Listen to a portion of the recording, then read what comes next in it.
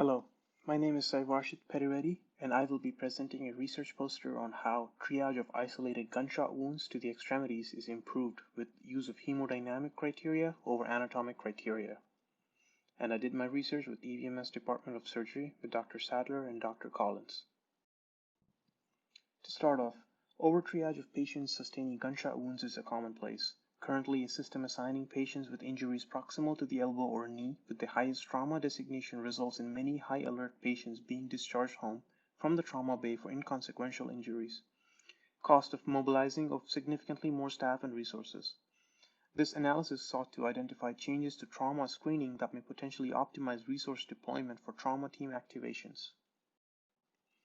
Getting to the introduction, the 2014 COT Optimal Resources document says most agree that an acceptable percentage of over-triage is in the range of 25 to 35%, and doing so maintains a rate of under-triage at less than 5%.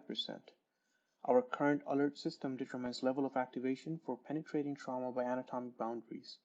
Extremities proximal to elbow or knee, alpha alert, does not include physiologic or neurologic findings. Observation that current system results in high number of patients with trivial injuries receiving highest alert designation. Therefore, alert system can be thought of as a screening test for patients at highest level of death and requiring highest level of care. We try to answer what is the statistical profile of our current screening test and how we can improve screening of gunshot wound injuries.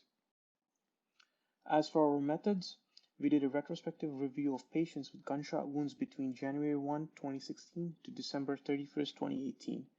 Patients were excluded if they were age of less than 18 or greater than 89 years old or underwent workup by ED staff prior to trauma team consultation.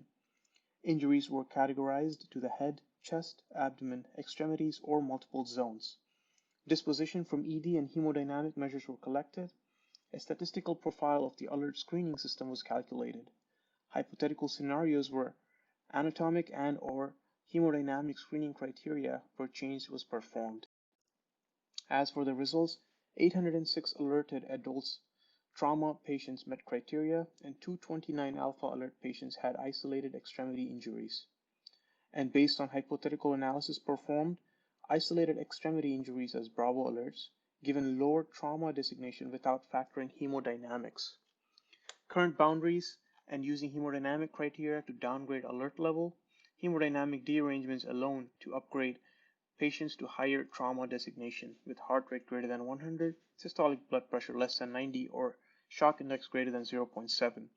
The table on the right shows current sensitivity is at 91% and specificity at 30%. Whereas when using hemodynamics alone, we have an improved sensitivity of 94% and specificity of 60%, also with a high negative predictive value of 92%. In conclusion, best option uses hemodynamics alone to upgrade patients to highest designation. Hemodynamic changes likely demonstrate result of acute actual injury rather than possible injury pattern by location. Captures patients with more severe distal injuries.